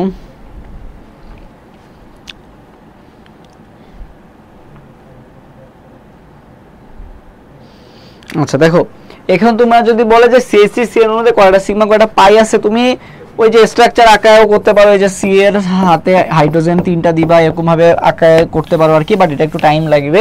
সো শর্টকাট যেটা সেটা হচ্ছে তুমি ফার্স্টে মৌলগুলো কাউন্ট করবে, এখানে টোটাল কয়টা মৌল আছে আর কি, ঠিক আছে? কয়টা পরমাণু আছে কি, কয়টা পরমাণু আছে কি। এখানে কার্বন আছে একটা, হাইড্রোজেন আছে 3টা, মানে 3 আর 1 4, কার্বন একটা 5টা, নাইট্রোজেন একটা কয়টা 6টা, টোটাল কয়টা আছে 6টা পরমাণু আছে। কয়টা পরমাণু আছে? টোটাল 6টা পরমাণু আছে। সো সিগমা বন্ধন বের করতে গেলে কি করবা, টোটাল পরমাণু থেকে কি করে দিবা, নাম্বার অফ টোটাল পরমাণু থেকে 1 বিয়োগ করে দিবা। কি করে দিবা? 1 বিয়োগ করে দিবা। তাহলে এখানে টোটাল কয়টা পরমাণু আছে? 6টা পরমাণু আছে। তাহলে মানে সিগমা বন্ধন সংখ্যা কয়টা হবে? 6 - 1 মানে কয়টা হবে? 5টা হবে। কয়টা হবে? 5টা হবে আর কি। সো আমাদের অপশনে 5 আছে কোথায় কোথায়? অপশন এ তে আছে আর অপশন সি তে আছে। যে 5টা আছে কোথায়? অপশন এ তে আছে আর অপশন সি তে আছে আর কি। ওকে, শেষ। এখন আমাকে পাই বন্ধন খুঁজতে হবে যে পাই বন্ধন কয়টা আছে। সো এটার ক্ষেত্রে তো আমাদের ওই শর্টকাটটা, এইটার ক্ষেত্রে আমাদের একটু স্ট্রাকচার আঁকাইতে হবে, সায়ানাইডের স্ট্রাকচারটা আঁকাইতে হবে CN। সো CN এর ক্ষেত্রে দেখো যেখানে কি আছে, একটা সিগমা কয়টা পাই আছে বলো তো? 2টা পাই আছে। একটা সিগমা 2টা পাই আছে, তার মানে পাই কয়টা আছে? এখানে 2টা আছে আর কি। তাহলে কয়টা হবে? 5টা সিগমা আর 2টা কি হবে বলো তো? পাই হবে। 5টা সিগমা আর 2টা পাই। ওকে, সো অ্যান্সার কোনটা হবে? 5 আর 2। সিগমা কয়টা? 5টা। সিগমা কিভাবে বের করছিলাম? টোটাল পরমাণু থেকে 1 বিয়োগ করে দিব, তাহলে আমি কি পেয়ে যাব? সিগমা পেয়ে যাব।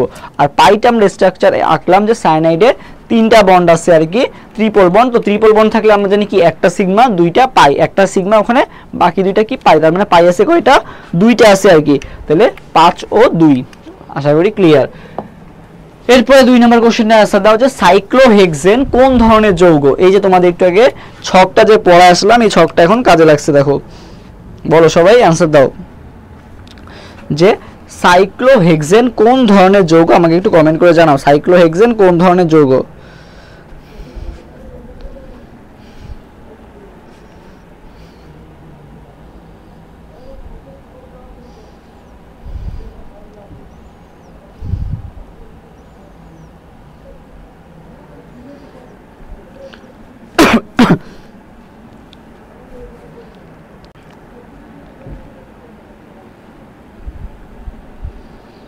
দুই সি। আচ্ছা, 2 সিও আসছে, 2 বিও আসছে। আচ্ছা, সাইক্লোহেক্সেন। ওকে, সাইক্লোপ্রোপেন কিন্তু পড়ায় আসছিলাম, ঠিক আছে? সাইক্লোপ্রোপেন কিন্তু পড়ায় আসছিলাম আর কি।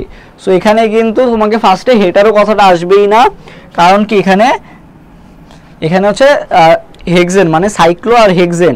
সো বুঝাই যাচ্ছে যে এখানে কার্বন আর হাইড্রোজেন বাদে আর কোনো কিছু নাই, তাই না? তো এইটা হবে না, ফার্স্ট অফ অল এইটা হবে না। এরপরে অ্যারোমেটিক, এরা কি অ্যারোমেটিক হবে? এরা তো অ্যারোমেটিক হবেই না, কারণ এখানে তো বেনজিন রিংই নাই, তাই না? সো 4n+2 হাকেল নিয়ম মানে না, তাহলে অ্যারোমেটিকও হবে না। তাহলে বাদ থাকলো কোনটা? এরা কি অ্যালিসাইক্লিক। এরা কি অ্যালিসাইক্লিক হতে পারবে? হ্যাঁ, এরা অ্যালিসাইক্লিক হতে পারবে। এরা অ্যালিসাইক্লিকের এক্সাম্পল ছিল হচ্ছে সাইক্লোহেক্সেন, সাইক্লোপ্রোপেন, এরা কি ছিল? অ্যালিসাইক্লিকের এক্সাম্পল ছিল আর কি। আর অসম্পৃক্ত, অসম্পৃক্ত সম্পৃক্ত এটা তো ছিল ইয়ার ক্ষেত্রে, যে মুক্ত শিকলের ক্ষেত্রে, এটা তো সব বদ্ধ শিকল, সাইক্লোহেক্সেন। সো অ্যান্সার কোনটা হবে? বি হবে। অ্যান্সার কি হবে? বি নাম্বারটা হবে আর কি। এরপরে কোনটি বিষমচাক্রিক অ্যারোমেটিক যৌগ? জাহাঙ্গীরনগর ইউনিভার্সিটি এই ইউনিটে আসছে 21-22 সালে, কোনটি বিষমচাক্রিক অ্যারোমেটিক যৌগ? সবাই এরপরে 3 নম্বর কোশ্চেন আনসার দাও, যে 3 আনসার কোনটা হবে?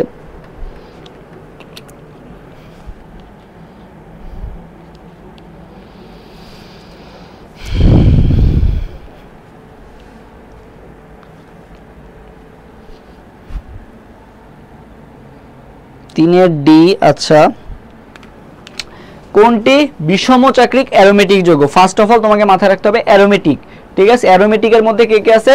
অ্যারোমেটিকে তো ইপক্সিথেন, এরা তো অ্যালিফেটিক, সাইক্লোপ্রোপেন অ্যালিফেটিক বাদ। এখন আছে কি বেনজিন আর কি আছে? পিরিডিন আছে, তাই না? তোমাকে অপশন বাদ দেওয়া শিখতে হবে। অ্যাডমিশনের ক্ষেত্রে সবচেয়ে বেশি ইম্পর্টেন্ট হচ্ছে অপশন বাদ দেওয়া, ঠিক আছে? অপশন বাদ দেওয়াটা ভালো মতো শিখতে হবে আর কি। এখন অ্যারোমেটিককে benzene aromatic, pyridine aromatic, but তোমাকে বলা হয়েছে কি বিষমচাক্রিক, মানে হচ্ছে হেটারো অ্যারোমেটিকের কথা আজ করা হয়েছে। কার কথা? হেটারো অ্যারোমেটিকের কথা আজ করা হয়েছে। সো আমরা জানি যে পিরিডিনে কিন্তু কার্বন হাইড্রোজেন বাদে অন্য মৌল থাকে আর কি, এই জন্য অ্যান্সার কোনটা হবে? পিরিডিন। অ্যান্সার কোনটা হবে? পিরিডিন হবে। অ্যান্সার কি হবে? পিরিডিনটা হবে আর কি। ওকে, সো আশা করি এটা ক্লিয়ার। এরপর 4 নাম্বার হচ্ছে কোনটি অসম্পৃক্ত ফ্যাটি অ্যাসিডের এক্সাম্পল? এটা জাহাঙ্গীরনগর ডি 19-20 সালে আশা করছেন, কোনটি অসম্পৃক্ত ফ্যাটি অ্যাসিডের উদাহরণ? ঠিক আছে, অসম্পৃক্ত তোমাকে আজ করা হয়েছে। সো তুমি হয় অসম্পৃক্তগুলো মুখস্থ করবা, নাইলে সম্পৃক্তগুলো মুখস্থ করবা, তাইলেই হবে আর কি। সো তোমাকে আজ করা হয়েছে কি অসম্পৃক্ত ফ্যাটি অ্যাসিডের এক্সাম্পল, ঠিক আছে?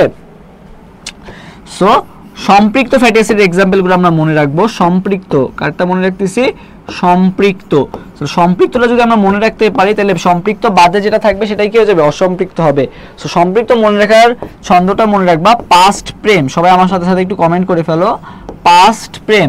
সবাই কমেন্ট করে ফেলো যে পাস্ট প্রেম। পাস্ট প্রেমে কি হলো? পাতে হচ্ছে পামিটিক অ্যাসিড, এসটিতে হচ্ছে স্টিয়ারিক অ্যাসিড। পাতে পামিটিক অ্যাসিড, এসটিতে হচ্ছে কি স্টিয়ারিক অ্যাসিড, আর প্রেমে কি? প্রেমে হচ্ছে প্রোপানোইক অ্যাসিড, ঠিক আছে? পাতে কি? পামিটিক অ্যাসিড, এসটিতে হচ্ছে স্টিয়ারিক অ্যাসিড, আর প্রেমে কি? প্রেমে হচ্ছে প্রোপানোইক অ্যাসিড, ঠিক আছে? পাস্ট প্রেম। সবাই আমার সাথে কমেন্ট করো, পাস্ট প্রেম। এটা কার ক্ষেত্রে মনে রাখবা? এটা হচ্ছে সম্পৃক্তর ক্ষেত্রে মনে রাখবা কি? পাস্ট প্রেম। সম্পৃক্তর ক্ষেত্রে কি মনে রাখবা? পাস্ট প্রেম। হ্যাঁ, পাস্ট প্রেম। মোহর সুলতানা কমেন্ট করছে, আরজি বাবলা কমেন্ট করছে, মাইশা কমেন্ট করছে, ওকে, সাইরামণি কমেন্ট করছে। পাস্ট প্রেম এটা কার ক্ষেত্রে? সম্পৃক্তর ক্ষেত্রে। সো তোমাকে আজ করা হয়েছে অসম্পৃক্ত। সো এই তিনটা বাদে যেটা থাকবে সেটাই কি হবে? অসম্পৃক্ত হবে। সো লিনোলিক অ্যাসিড কি হবে? অসম্পৃক্ত ফ্যাটি অ্যাসিডের এক্সাম্পল। আশা করি এটা ক্লিয়ার।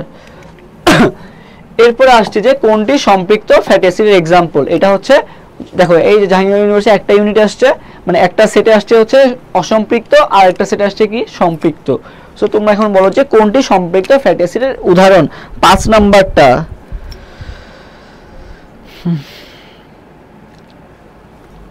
আচ্ছা, পাঁচটি কি বলছেন আরেকবার বলি। বলছি পাস্ট প্রেম এটা হচ্ছে তোমার ইয়ার এক্সাম্পল। কার এক্সাম্পল বললাম? সম্পৃক্ত ফ্যাটি অ্যাসিডের এক্সাম্পল। পাতে হচ্ছে পামিটিক অ্যাসিড, পাস্টের পাতে পামিটিক অ্যাসিড, এসটিতে হচ্ছে স্টিয়ারিক অ্যাসিড, আর প্রেমে হচ্ছে প্রোপানোইক অ্যাসিড। এরা হচ্ছে সবাই সম্পৃক্ত ফ্যাটি অ্যাসিডের এক্সাম্পল। সো তোমাকে এবার আজ করা হয়েছে যে কোনটি সম্পৃক্ত ফ্যাটি অ্যাসিড। সো পাস্ট প্রেমের কোনটা আছে এখানে? দেখো তো, পাস্টের পাতে কি? পামিটিক অ্যাসিড ছিল, তাই না? তাহলে এই পামিটিক অ্যাসিডটা কি হবে?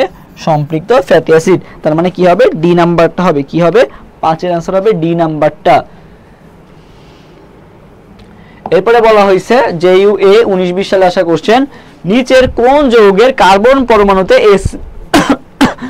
sp2 সংকরণ ঘটে? কি আজ করা হয়েছে? sp2 সংকরণ কোথায় ঘটে? এটার আনসার দাও তো। 6 নম্বর কোশ্চেনের আনসার দাও তো, যে 6 আনসার কোনটা হবে?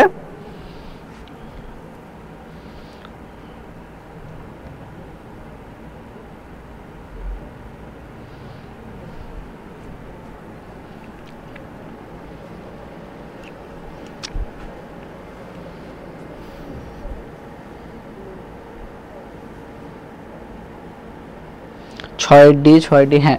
সো দেখো এখানে বলছে sp2, এখন এখানে 2 আছে, আমরা বুঝাই যাচ্ছে যে এটা কি 2 থাকলেই কি ডাবল বন্ড যেখানে আছে সেখানে হবে আর কি, ডাবল বন্ড কোথায় আছে এখানেই আছে খালি, তাহলে এটাই হবে কি sp2 সংকরণ। ওকে শেষ। এরপরে বেনজিনে কার্বন কার্বন বন্ধন দৈর্ঘ্য কত, মেডিকেল আসার কোশ্চেন, বেনজিনে কার্বন কার্বন বন্ধন দৈর্ঘ্য কত, এমবিবিএস 2022-23 সালে আসা কোশ্চেন। এখন আমরা তো জানি কার্বন কার্বন বন্ধন দৈর্ঘ্য কত, এরপরে বলো তো কার্বন কার্বন বন্ধন দৈর্ঘ্য কত। বেনজিনের লাস্টে কি আছে 9 আছে, 9তে মনে রাখবা কত 9, কত 0.139, ঠিক আছে 0.139 ন্যানোমিটার, বা এটা হচ্ছে কার ক্ষেত্রে, বেনজিনের ক্ষেত্রে 0.139 ন্যানোমিটার আর কি। আচ্ছা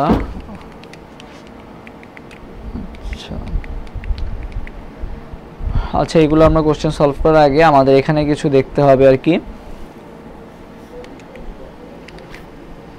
আচ্ছা আজকে আছে ইলেকট্রোফাইল আর নিউক্লিওফাইল টপিকটা আমরা শেষ করি আগে।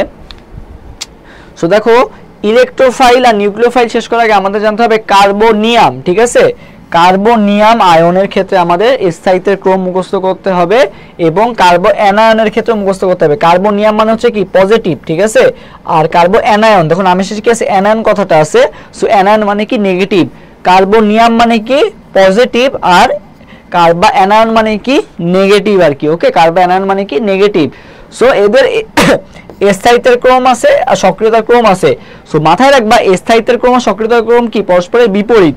সো স্থায়িত্বের ক্রম কি 3 ডিগ্রির বেশি, তারপরে 2 ডিগ্রি, তারপরে কি 1 ডিগ্রি, আর সক্রিয়তার ক্রম কি হবে 1 ডিগ্রির বেশি হবে, তারপরে 2 ডিগ্রি, তারপরে কি বলতো 3 ডিগ্রি, মানে উল্টা আর কি, ঠিক আছে।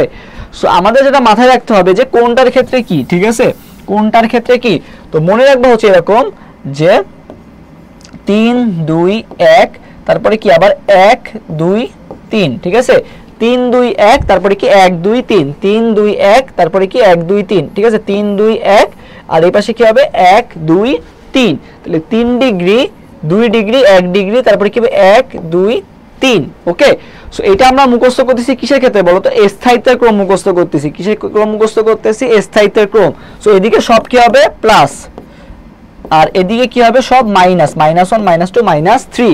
আমরা স্থায়িত্বের ক্রমগুলো মুখস্থ করলাম, তাহলে সবচেয়ে বেশি স্থায়ী হবে কি 3 ডিগ্রি, তারপরে 2 ডিগ্রি, তারপরে 1 ডিগ্রি, আর মাইনাসের ক্ষেত্রে সবচেয়ে বেশি স্থায়ী হবে কি -1 ডিগ্রি, -2 ডিগ্রি, মাইনাস কি বলতো 3 ডিগ্রি। এটা হচ্ছে কি কার্বো অ্যানায়নের স্থায়িত্ব ক্রম। সো সবাই আমার সাথে সাথে একটু কমেন্ট করে ফেলো 3 2 1 তারপরে কত 1 2 3, 3 2 1 তারপরে কত 1 2 3। আচ্ছা স্লাইড ভালো বোঝা যাচ্ছে না? আচ্ছা এখানে আমি লিখে দিচ্ছি আর কি, এখানে লেখার আসলে জায়গাটা কম। আচ্ছা আমি এখানে লিখে দিই, এই যে এবার দেখো 3 2 1 তারপরে কত 1 2 3, আবার লিখে দিচ্ছি 3 2 1 মাঝখানে গ্যাপ, তারপর 1 2 3। সো ডান পাশেরগুলো সব কি মাইনাস আর বাম পাশেরগুলো কি সব প্লাস, ঠিক আছে। এটা হচ্ছে সিরিয়াল, সবচেয়ে বেশি স্থায়িত্বের ক্রমের সিরিয়াল মনে রাখলাম, স্থায়িত্বের ক্রমের সিরিয়াল। আচ্ছা একটু জুম করা লাগবে, ওকে সমস্যা নাই। এখন আপাতত এটা দেখো যে 3 2 1 তারপরে কত 1 2 3। ওকে এটা হচ্ছে কার ক্রম মনে রাখলাম, স্থায়িত্বের ক্রম। যদি বলে সক্রিয়তার ক্রম কি এর বিপরীতটা হয়ে যাবে, ঠিক আছে। সক্রিয়তা বললে কি হবে পুরোপুরি উল্টা যাবে। এখানে কি 3 ডিগ্রি সবচেয়ে বেশি স্থায়িত্ব, তাহলে সক্রিয়তার ক্ষেত্রে কোন ডিগ্রি বেশি স্থায়িত্ব হবে 1 ডিগ্রি বেশি স্থায়িত্ব হবে আর কি। একই ভাবে মাইনাসের ক্ষেত্রে সবচেয়ে বেশি স্থায়িত্বকে -1 ডিগ্রি, যদি বলে সক্রিয়কে তাহলে সবার সবচেয়ে বেশি সক্রিয় হবে কে এই -3 ডিগ্রিটা হবে, মানে উল্টা আর কি। একটা মনে রাখলেই হবে। সো আশা করি এটা ক্লিয়ার, এটা মাথায় রাখবা সবাই। 3 2 1 তারপরে কত -1 -2 -3 আর কি, এই জিনিসটা মাথায় রাখবা।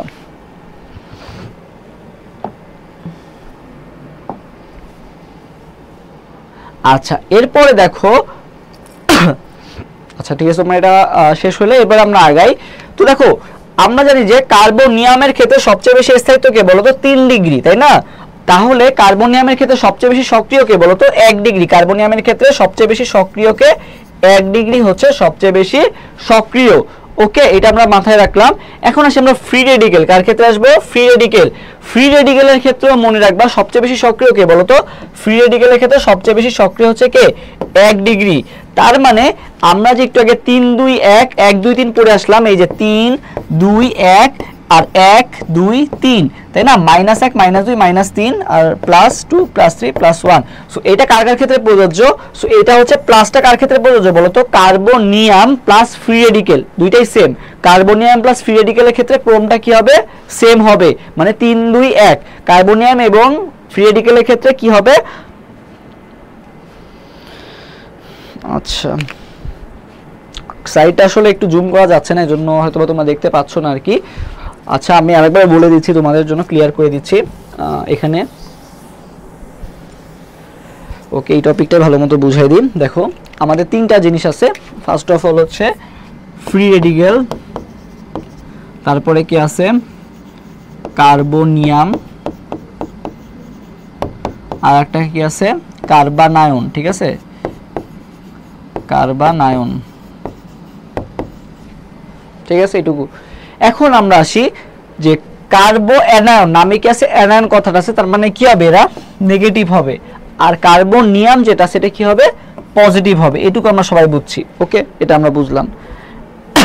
এবার আসি, আমরা তোমাকে যে ইয়াটা শিখালাম সেটা কি ছিল? স্থায়িত্বের ক্রমে যে ইয়াটা পড়লাম, স্থায়িত্বের ক্রম। স্থায়িত্বের ক্রম যেটা তোমাদেরকে আমি শিখালাম সেটা কি ছিল? +3, মানে প্লাস বাদ দিই, 3 2 1, তারপরে কি ছিল? 1 2 3। সো এই পাশে সবগুলো কি বলছিলাম? সবগুলো এই পাশে হচ্ছে প্লাস, আর এই পাশে সবগুলো কি ছিল? মাইনাস। এগুলো সব স্থায়িত্বের ক্রম ছিল, যে সবচেয়ে বেশি স্থায়িত্বকে 3 ডিগ্রি, তারপরে 2 ডিগ্রি, তারপরে 1 ডিগ্রি। কার ক্ষেত্রে? প্লাসের ক্ষেত্রে। আর নেগেটিভের ক্ষেত্রে সবচেয়ে বেশি স্থায়িত্বকে 1 ডিগ্রি, তারপরে 2 ডিগ্রি, তারপরে কে 3 ডিগ্রি আর কি। ঠিক আছে, এটা হচ্ছে স্থায়িত্বের ক্রম ছিল আর কি। সো এরপর যেটা মনে রাখবা সেটা হচ্ছে যে এটা তোমরা বুঝছো যে প্লাসের ক্ষেত্রে কি আর মাইনাসের ক্ষেত্রে কি, এটা তোমাদের ক্লিয়ার। ওকে, এবার আসি হচ্ছে ফ্রি রেডিকেল। ফ্রি রেডিকেল যখন বলবে, ফ্রি রেডিকেলের সাথে সম্পূর্ণ সেম জিনিস কার? কার্বনিয়ামের। কার? কার্বনিয়াম। ঠিক আছে, কার্বনিয়ামের আর ফ্রি রেডিকেলের কাহিনী কি বলতো? পুরাপুরি সেম। ফ্রি রেডিকেলের যেমন কার্বনিয়ামে যেরকম 3 ডিগ্রি সবচেয়ে বেশি স্থায়ী, একইভাবে ফ্রি রেডিকেলও কত ডিগ্রি বেশি স্থায়ী? 3 ডিগ্রি বেশি স্থায়ী। তারপরে কার্বনিয়ামে যেমন 1 ডিগ্রি সবচেয়ে বেশি কি সক্রিয়, ফ্রি রেডিকেলও 1 ডিগ্রি সবচেয়ে বেশি সক্রিয়। মানে কার্বনিয়ামে যা যা বেশি সক্রিয়, যা যা বেশি স্থায়িত্ব, ফ্রি রেডিকেলও সেম টু সেম একই জিনিসই। বুঝতে পারছো এবার যে কার্বনিয়াম এবং ফ্রি রেডিকেলের ক্রমও কি পুরাপুরি সেম, স্থায়িত্বের ক্রমও সেম, সক্রিয়তার ক্রমও কি সেম। আর কার্বো অ্যানায়ন বললে কি হবে? উল্টাটা হবে। তার মানে কার্বনিয়াম আর এই ফ্রি রেডিকেলের তোমার ক্রম কি হবে বলো তো? সেম। ক্রম কি?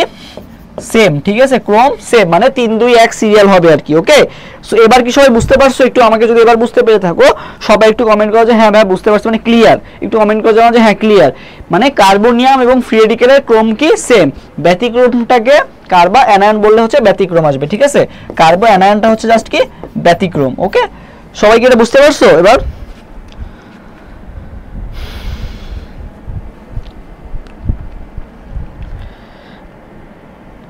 হ্যাঁ, কার্বনিয়াম আর ফ্রি রেডিকেল ভাই ভাই। ঠিক আছে, নিয়াম আর ফ্রি রেডিকেল ভাই ভাই। ভাই ভাই মনে রাখতে পারো। কার্বনিয়াম মানে কি পজিটিভটা, আর কার্বো অ্যানায়ন মানে কি নেগেটিভটা। তো এটাকে কার্বনিয়ামের আরেকটা নাম হচ্ছে কার্বো ক্যাটায়ন আছে, আরেকটা নাম কি আছে? কার্বো ক্যাটায়ন। ঠিক আছে, কার্বো ক্যাটায়ন। ঠিক আছে, কার্বনিয়াম আর কার্বো ক্যাটায়ন কিন্তু একই জিনিস, কার্বনিয়ামও তা কার্বো ক্যাটায়নও তা। ঠিক আছে, তো মনে রাখবা যে দড়ি দিয়ে ওরা আটকে রাখছিল, যে আমার মনে করো দড়ি দিয়ে আটকে রাখছে, আমি কি করলাম? দড়ি কেটে বের হয়ে গেলাম। ঠিক আছে, দড়ি কেটে কি হয়ে গেলাম? ফ্রি হয়ে গেলাম। ঠিক আছে, দড়ি কেটে, যে ক্যাটায়নে কাটা আছে না, কেটে কি হয়ে গেছিলাম? ফ্রি হয়ে গেছিলাম, তাই না? সো এই যে ফ্রি আর ক্যাটায়ন দুইটাই একই হবে। ঠিক আছে, কাটা আর ফ্রি হয়ে যাওয়া একই জিনিসই। ঠিক আছে, কোনো কিছু কেটে কি হয়ে গেলাম? ফ্রি হয়ে গেলাম, মানে মুক্ত হয়ে গেলাম। কার্বো ক্যাটায়ন আর ফ্রি রেডিকেল পরস্পর কি বলতো? ভাই ভাই। ওকে, তো সবাই যদি এটা ক্লিয়ার হয়ে থাকে একটা স্ক্রিনশট নিয়ে রাখো, তাহলে আমরা আগাই। ওকে,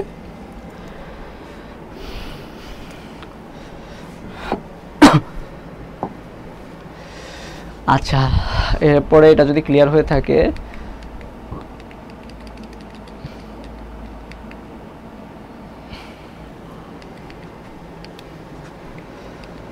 আচ্ছা এরপরে দেখো একটা কোশ্চেন আসে, সেটা হচ্ছে কোনটা সক্রিয়কারীমূলক, কোনটা আসে নিষ্ক্রিয়মূলক। ঠিক আছে, তো সবাই একটু দেখি 14 নম্বর কোশ্চেনে আনসার দাও তো, 14 অ্যান্সার কোনটা হবে? সবাই 14 নম্বর কোশ্চেনে আনসার দাও, যে 14 অ্যান্সার কোনটা হবে? 14 নম্বর কোশ্চেনের সবাই आंसर দিয়ে দাও যে 14 आंसर কোনটা হবে। আচ্ছা আচ্ছা দেখো সক্রিয়কারীমূলক, ঠিক আছে। তো সক্রিয়কারীমূলক আর নিষ্ক্রিয়কারীমূলক। সো সক্রিয়কারীমূলক চেনার উপায় হচ্ছে সক্রিয়কারীমূলকে মনে রাখবা সিঙ্গেল বন্ড থাকে, সক্রিয়কারীমূলকে কি থাকবে সিঙ্গেল বন্ড থাকবে। ওকে, সো তোমাকে ফাইন্ড আউট করতে হবে সিঙ্গেল বন্ড। এবং নিষ্ক্রিয়কারীমূলকে মনে রাখবা ডাবল বন্ড থাকে। কি বন্ড থাকে? Double bond. এটা হচ্ছে চেনার উপায়। সক্রিয়কারী চেনার উপায় কি? সিঙ্গেল বন্ড থাকে সব, কোনো ডাবল বন্ড থাকে না। আর নিষ্ক্রিয়কারীতে কি থাকবে? একটা কি থাকবে?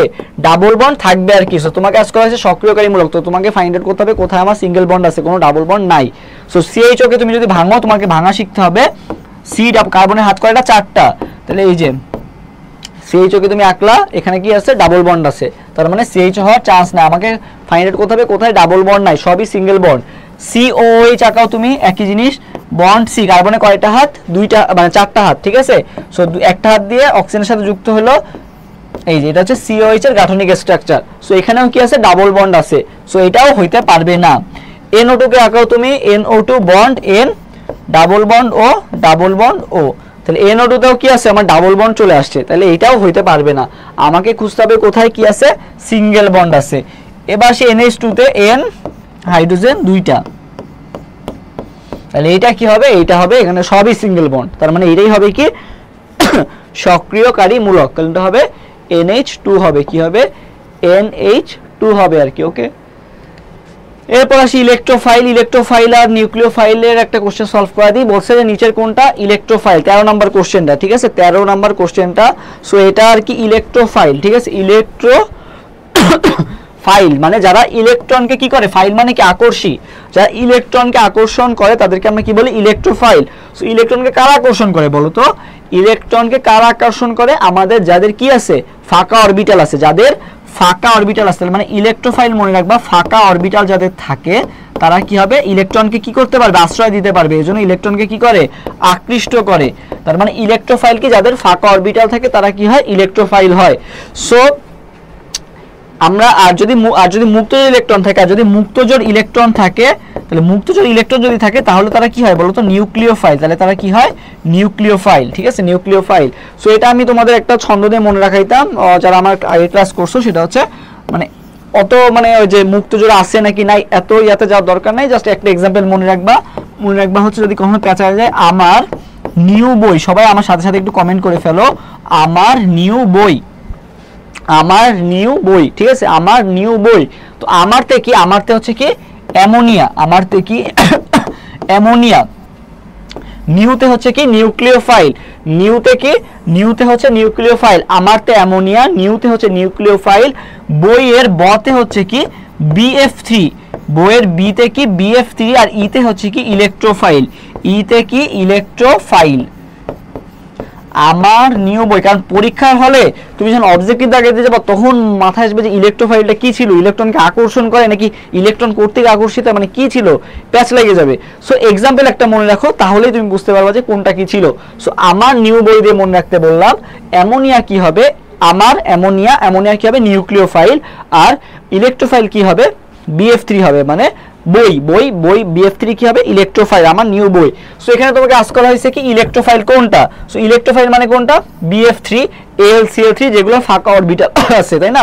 BF3 কি আছে? ফাঁকা অরবিটাল। যে বোরনের শেষ কক্ষপথে কয়টা ইলেকট্রন আছে? 3টা। ফ্লোরিনও যুক্ত হয়েছে 3টা। আরো ইলেকট্রন ওরা দিতে পারবে, 3টা 6টা। আর ইলেকট্রন ওরা কি করতে পারবে? রাখতে পারবে, তাই না? তাহলে এরা ইলেকট্রোফাইল হবে। সো এই দেখো BF3 কিন্তু অলরেডি অপশনেই আছে আর কি। তাহলে কোনটা হবে? BF3 হবে আর কি। তাহলে आंसर কোনটা হবে? সি নাম্বারটা। একইভাবে আমি যদি আসি কোনটা ইলেকট্রোফাইল আস্ক করা হয়েছে, সো ইলেকট্রোফাইল কে কে হবে? BF3 এর মতো আর কে কে আছে দেখো তো, এখানে কি আছে? NH3। NH3 তো আমরা জানি আমার নিউ বই, তার মানে অ্যামোনিয়া কি? নিউক্লিওফাইল, ঠিক আছে। তো কেন অ্যামোনিয়া নিউক্লিওফাইল? কারণ কি এখানে মুক্তজোড় ইলেকট্রন আছে। একইভাবে আরো এইচেও কি আছে? মুক্তজোড় ইলেকট্রন আছে। পানিতে তো 2 জোড়া মুক্তজোড়, তাই না? তাহলে পানিও হবে না। তো AlCl3 এর মতো কে? মানে BF3 এর মতো কে? AlCl3। BF3 তে যেমন শেষ কক্ষপথে কয়টা ইলেকট্রন আছে?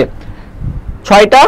একইভাবে AlCl3 ও দেখো অ্যালুমিনিয়ামের শেষ কক্ষপথে 3টা, ক্লোরিনও যুক্ত হয়েছে 3টা, তার মানে 6টা আছে টোটাল। আরো ইলেকট্রন কি করতে আসতে পারবে।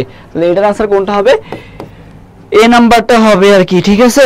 ওকে, সো আজকে আরো পড়াবো ভাবছিলাম, বাট আমাদের হচ্ছে আরেকটা ক্লাস আছে, ফিজিক্সের ক্লাস আছে একটু পরেই। সো ফিজিক্সের ক্লাস হবে, তো সবাই আর কি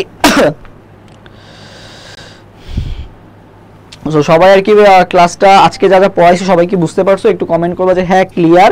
তাহলে আর কি আমরা নেক্সট দিন বাকি যে টপিকগুলো আছে ইনশাল্লাহ আলোচনা করবো, আরও 2-3টা ক্লাসে ইনশাল্লাহ শেষ হয়ে যাবে আর কি। ওকে, অর্গানিক আমরা একটু ভালো মতো শিখবো যাতে আমাদের, কারণ জাহাঙ্গীরনগরের ক্ষেত্রে ডি এর ক্ষেত্রে অর্গানিক খুবই খুবই ইম্পর্টেন্ট। এখানে মুখস্থ করার কিছু নাই, এখানে বুঝে এবং ট্রিক্স দিয়ে আমাদের শিখতে হবে যাতে আমাদের পরীক্ষা একটা ভালো মার্কস আমরা ক্যারি করতে পারি। এবং আমাদের পেইড ব্যাচে তোমাদের আরও, যেহেতু ওখানে টাইম লিমিটেশন নাই, ওখানে আমরা আরও বড় করে বা আরও বেশি ডিটেলসে পড়াবো আর কি। ওকে, আপাতত একটা প্রাইমারি ধারণা দিয়ে গেলাম। ওকে, ক্লিয়ার ক্লিয়ার।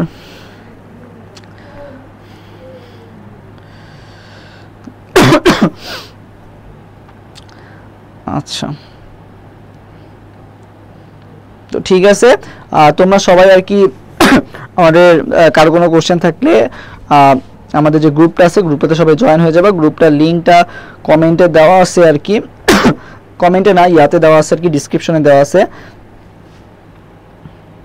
আমি আরেকবার একটু মেনশন করেও দিলাম তোমাদের কমেন্টে। ওকে, সো দেখা হবে ইনশাল্লাহ নেক্সট ক্লাসে। আজকের ক্লাসে যা যা পড়লাম সবাই একটু এইগুলা তোমরা রসায়ন বিচিত্রা বই থেকে সলভ করে নিও ইনশাল্লাহ। নেক্সট ক্লাসে আমরা বাকি টপিক আলোচনা করব। সে পর্যন্ত সবাই ভালো থাকো, দেখা হবে ইনশাল্লাহ নেক্সট ক্লাসে। আসসালামু আলাইকুম।